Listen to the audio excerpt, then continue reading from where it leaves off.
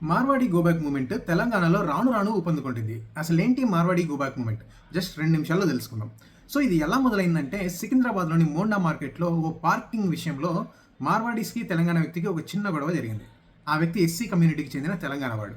మార్వాడీలు అన్యాయంగా ఆ వ్యక్తిని కులం పేరుతో తిట్టి, ఆ తర్వాత ఫిజికల్‌గా దాడి చేసి అబ్యూజ్ చేశారనేది ఆరోపణ.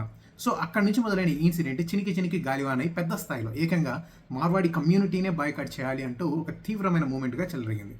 సో మార్వాడీలు అనే వాళ్ళు ఎవరంటే బిజినెస్ కమ్యూనిటీలో. వీళ్ళు గుజరాత్, రాజస్థాన్ లాంటి రాష్ట్రాల నుంచి, నార్త్ ఇండియా నుంచి వచ్చి హైదరాబాద్, తెలంగాణ లాంటి ప్రాంతాల్లో స్థిరపడి, అంటే నైజాం కాలం నుంచి వీళ్ళు వచ్చారనమాట. సో అక్కడ స్థిరపడి వ్యాపారాలు చేసుకుంటూ ఉన్నారు. అయితే మన local communities, local business men ఈ మార్వాడి బిజినెస్ మెన్ పైన చేసే ప్రధాన ఆరోపణ ఏంటంటే వీళ్ళు అమ్మే వస్తువుల్ని చాలా తక్కువకు అమ్ముతారు. అది ఎలా అమ్ముతారంటే వీళ్ళు నకిలీ వస్తువుల్ని, డూప్లికేట్ వస్తువుల్ని, లో క్వాలిటీ వస్తువుల్ని తీసుకొచ్చి అమ్ముతారనమాట.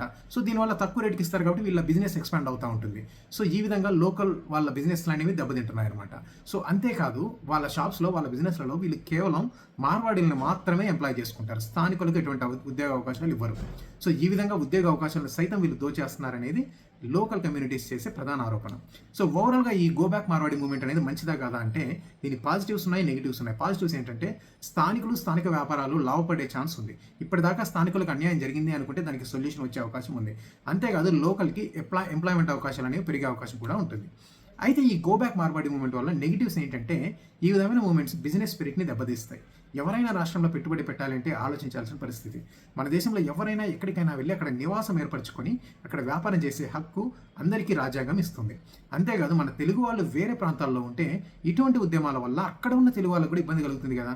సో ఇక ఫైనల్గా ఒకవేళ ఎప్పుడైతే రాజకీయ పార్టీలు ఇటువంటి మూవ్‌మెంట్స్‌లో ఇన్వాల్వ్ అవుతాయో అప్పుడు ఈ ఉద్యమం ఇంకా అగ్లీగా తయారవుతుంది.